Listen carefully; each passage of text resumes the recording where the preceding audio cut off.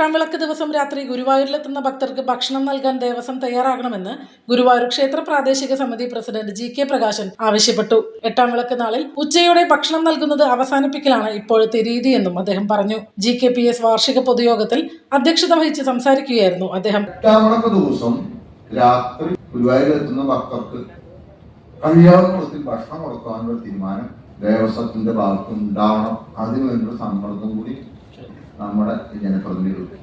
ഉത്സവക്കഞ്ഞി വിളമ്പാൻ പ്രദേശവാസികളായ ഭക്തർ തയ്യാറായിട്ടും ദേവസ്വം പണം നൽകിയ ആളുകളെ വെക്കുകയാണെന്ന് GKPS സെക്രട്ടറി PA സജീവൻ ആരോപിച്ചു.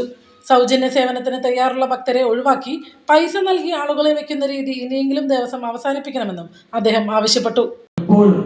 പുറമേ നിന്ന് പൈസ കൊടുത്ത് ആളുകളെ വെച്ച് ഭഗവാന്റെ കാശ് എന്തിനാണ് ഇങ്ങനെ എഴുതി തള്ളുന്നത്?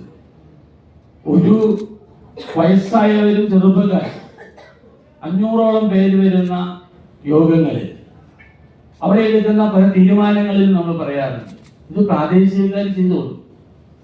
പക്ഷെ പ്രാദേശികക്കാരെ ആവശ്യം പോലെ എണ്ണം കുറച്ചുകൊണ്ട് പല കാരണങ്ങൾ പറഞ്ഞുകൊണ്ട് അവരെ എണ്ണം കുറച്ച് അവരതിലേക്ക് എടുത്തുകൊണ്ട് ബാക്കിയുള്ളവരെ പുറമേ നിന്ന് പൈസ കൊടുക്കുന്നു.